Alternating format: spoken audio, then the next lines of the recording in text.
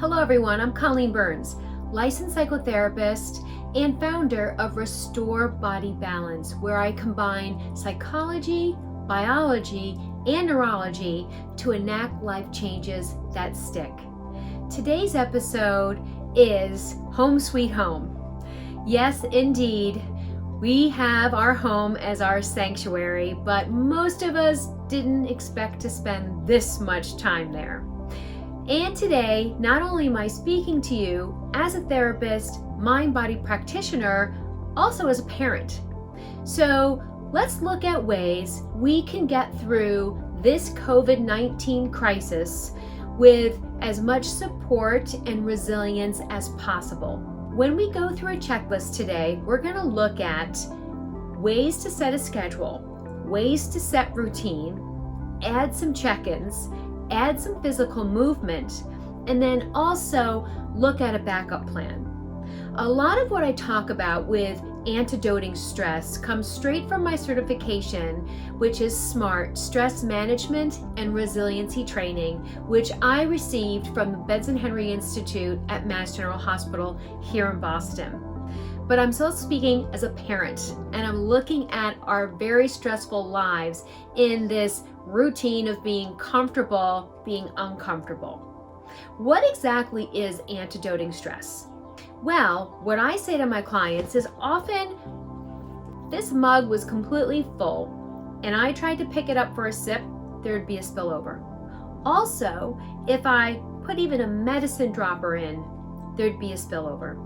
So antidoting stress is ways to get that glass even a quarter of the way down.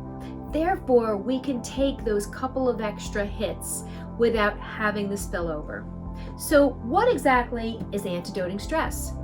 Well, it's finding ways that we can get out of that fight or flight sympathetic nervous system of all of those wonderful hormones of stress, norepinephrine, epinephrine, cortisol, adrenaline. Well, yeah, if we had to fight, great. If we had to flee, perfect. But a lot of us are just hunkered down at home feeling stressed. Not only do we know that impacts our immune system, but it puts a lot of oxidative stress on our organs, our heart, our muscles. And so we need to find ways throughout the day that we can antidote that stress. Not to mention, as a parent and caregiver, we're finding ourselves in very unfamiliar times, and that also puts us in that stress-based response or the sympathetic nervous system. Hopefully today we can discuss some ways to create this wonderful routine that the brain craves. So let's look at routine. Routine is going to be vitally important both for caregivers and for children. We crave routine. The primal brain says, well, you did that yesterday and I'm still here, I'm still alive. Let's just do it again. When we create routine, it gives a sense of predictability. Why I combine psychology, biology, and neurology is I love to look at that habituated brain. In neuroscience specifically, it's the dorsal lateral prefrontal cortex that's responsible for predicting and planning. It's also doing it based on previous memories and experiences. So what we do today is what we do tomorrow. It's also why it's very hard to change, but that's a different episode. Today we're looking at how to create change within our environment, but then that becomes predictable by routine. Routine also gives children a sense of safety and security and predictability. Not only that, with us, our children are used to going from science to math to lunch to maybe some outdoor recess time, maybe a few more classes, snacking home. We don't have to recapitulate that completely, but we do want to give a sense of normalcy. It gives a sense of safety, a sense of self, and again, that predictability that the brain loves. This also will do well when it's paired with a list, a checklist. Checklists are awesome. I love them. I love the paper and pen checklist, although I know many of you have, electronics and Google Calendar. If you can create something like this in your home, your children will love it and so will you. It gives, again, a little check-in the morning. What do I need to accomplish today? What are my expectations? What is expected of me? And also, again, that sense of accomplishment when your child checks off what they've done. Well, I had free time on the iPad, I went outside, I had lunch, etc. It's really important, and it gives them choice as well. And we'll get to that in a minute because we'll have a backup plan because things invariably will go wrong.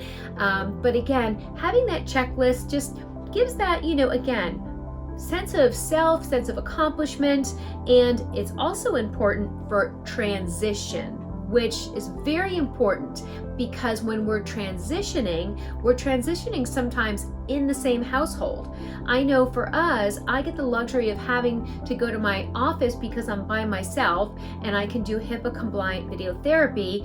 But when I get home, transition says, what do I need to do? I need to now be a mom. So I will sit in my car and I will do a little 4-7-8 breath, which you can find on Dr. Andrew Weil's YouTube channel. Just type Dr. Andrew Weil 4-7-8 breath.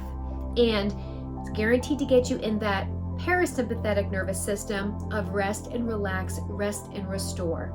And it's very simple. You can look at it later, but it's breathing in through your nose to the count of 4, holding it to the count of 7, and breathing out through your mouth to the count of 8. But I'll let him explain. Breathing parasympathetically, breathing through the terminates in our nose, gets us into a wonderful sense of calm and that antidote stress. But it's also important to look at transitions. It's almost like musical chairs, right? And so having transitions throughout the day where you transition from maybe being a caregiver, maybe a mom or a dad, to being an employee, being at your office, doing your job. And then maybe you come out for lunch. It's important to transition again. Maybe you're a caregiver or a parent again. And then maybe you have to transition one more time to work. And then maybe you transition one more time for dinner and then maybe to bed. So this is important for us to create these transitions. Speaking of transitions, again, it's so important to try to tag that in your brain that you are transitioning from a caregiver to an employee or vice versa. A lot of us are actually probably even wearing multiple roles and hats. So it's important to kind of do that little check that we're actually still our same person, but our identity changes. And that's important for the brain to hear as well. Speaking of fight or flight, this is where physical movement is going to be vital for your families. You don't have to go run a 10K. You don't have to have a lot of equipment at home. As a matter of fact, if you have the luxury of having a backyard or any kind of outdoor space, you'll know enough what to do to fill that time, kicking a ball, picking up sticks, whatever it is. You can also look at physical movement within your home, and you don't need a lot of space. At the Benson Henry Institute, I know they did a YouTube version with a wonderful yoga instructor where she teaches you chair yoga, where you're doing a lot of stretching, and you can do it right in your chair. You don't need a lot of space. Some families are getting creative by doing jumping jack challenges or any kind of physicality where you can perform in your home, or stretching, or again, even some of that gentle movement. You also want to look at what's happening there. Fight or flight. All those hormones are fighting to get to your fist or get to your feet to flee, but if you're just sitting sedentary all day, all of that is building up, and that's really not good. That's causing our glass to be spilled over. So doing some sort of physical movement gets that out, it gives it purpose, and we calm down. Not to mention the release of endorphins and serotonin, which invariably will elevate our mood and help us get into that parasympathetic nervous system, especially during our very stressful times. You can also look at where you can go to online programs. I know for me, I love Beachbody. They have free trials right now, and they also have some for kids. So either kids could go to the app or stream a live workout, or you can. Let's move on.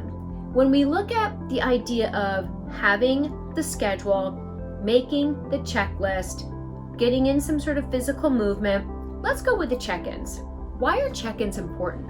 Well, in my book, Prescription for Change, I ask you to do what I call bookending your day. So you're going to look at an AM and a PM. Why is that important? Well, AM is important because you're actually setting an intention for the day, right? What do I need to accomplish today? And then in the PM, you actually look at your accomplishments, not the negative aspects, the positive aspects, but it also bathes the brain before we go to bed. So it's really important to have these check-ins, and also to bring in, which we'll get to in a minute, the idea of course, gratitude, but what I call abundance. And when we look at the 5 senses, when you ask your child AM and then to report back PM, what were the 5 senses that you were able to accomplish today? What did you see? What did you hear? What did you smell? What did you taste? What did you touch? It gives them, again, that task for the day, but grounds them into their own body and their own experiences. And even if it's not something that pleasant to remember, by doing the check-in at the PM, you offer a safe space for that child to be able to talk about it. And even if they don't want to talk about it or have time to talk about it during the day, they know that they have the luxury of that special time at the end of the day to sort of check in with their feelings. If you can do something during the day, that would be ideal. I often refer to your thermostat. You don't want it to get too low to be able to heat up. Takes too long, and you certainly don't want it to get too hot if you need it to cool down. So it kind of hovers within a couple of degrees, and it turns on or off as needed. So any additional check-in you can provide during the day is very helpful. It also gives you a little pulse check to see what's going on with your children. You know, they might be doing things like playing with Legos that they never have done maybe in 5 years, or maybe they're going back to that special stuffed animal, doing some sort of cosplay or dress up, or maybe getting into a new TV show or online gaming. I know we're all frustrated with the amount of electronics that our children are glued to, but for right now, I ask us just to observe what's going on and not read too much into it. It's not regression. It's not, anything that's alarming. Children will do a wonderful way to create their own safe space, even if it's compartmentalized or made up in their head. It's okay. We can address all that at another time once our crisis is over, which it will be over. But for right now, we're all doing the best we can. Next is the backup plan. Well, a backup plan is very, very important because things are gonna go wrong, right? I hear a lot of funny stories about the dad was in charge of lunch and wow, tuna fish sandwiches were a bad idea. So to have a backup is great. If you have to be at work, or maybe you're not there to be able to make lunch, or you have to work through a meeting, or you might not be able to be there to say, well, we can have this instead, having that checklist and having the alternatives there is really important.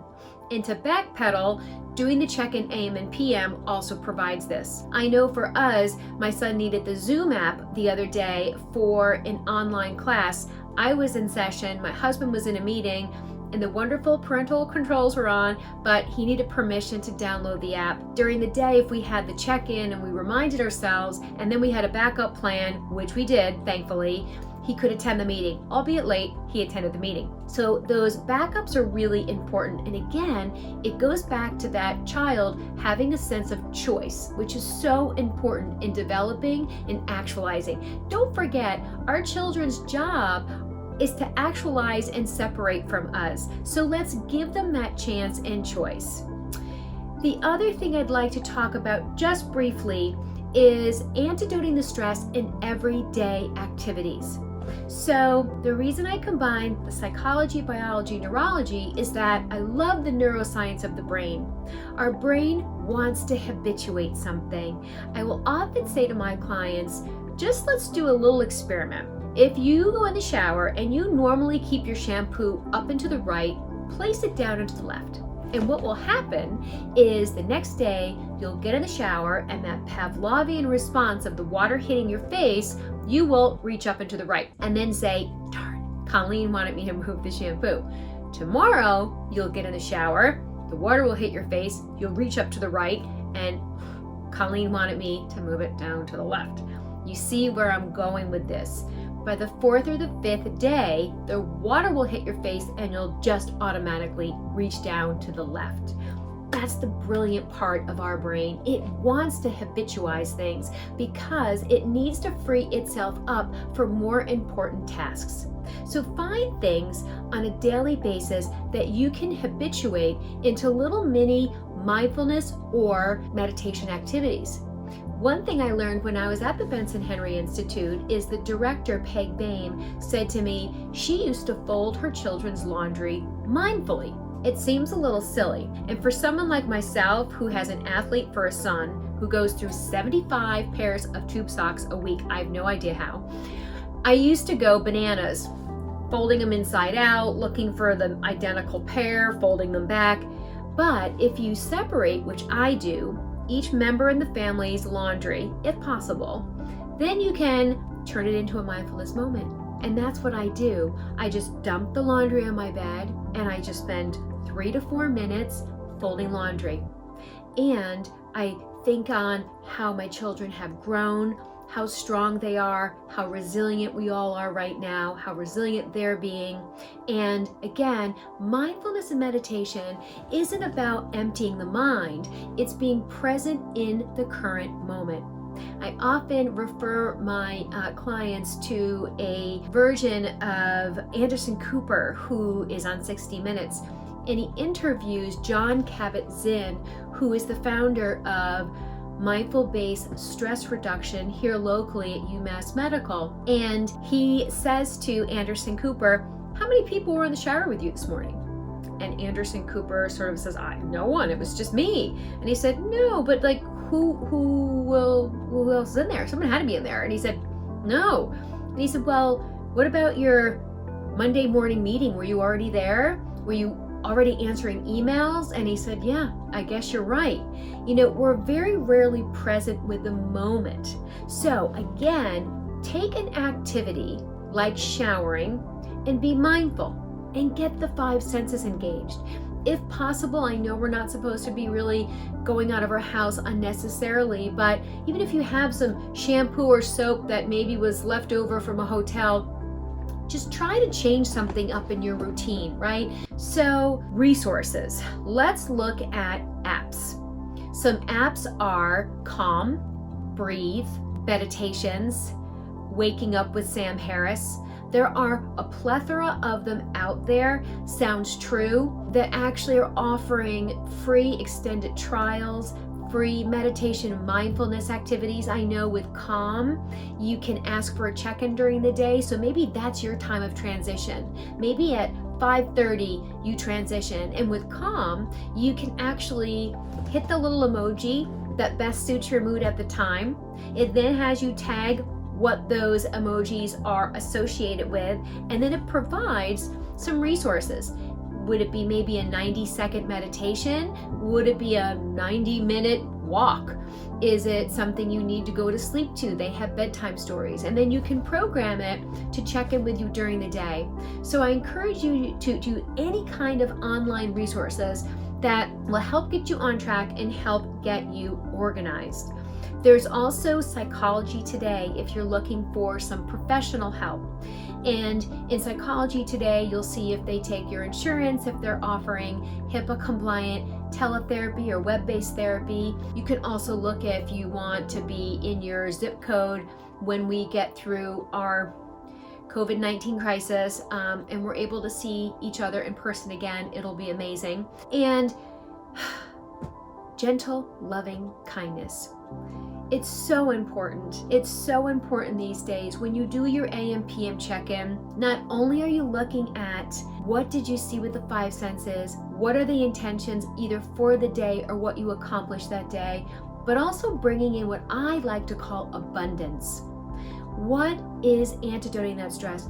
Don't forget the brain. The prefrontal cortex is drawn to bad news.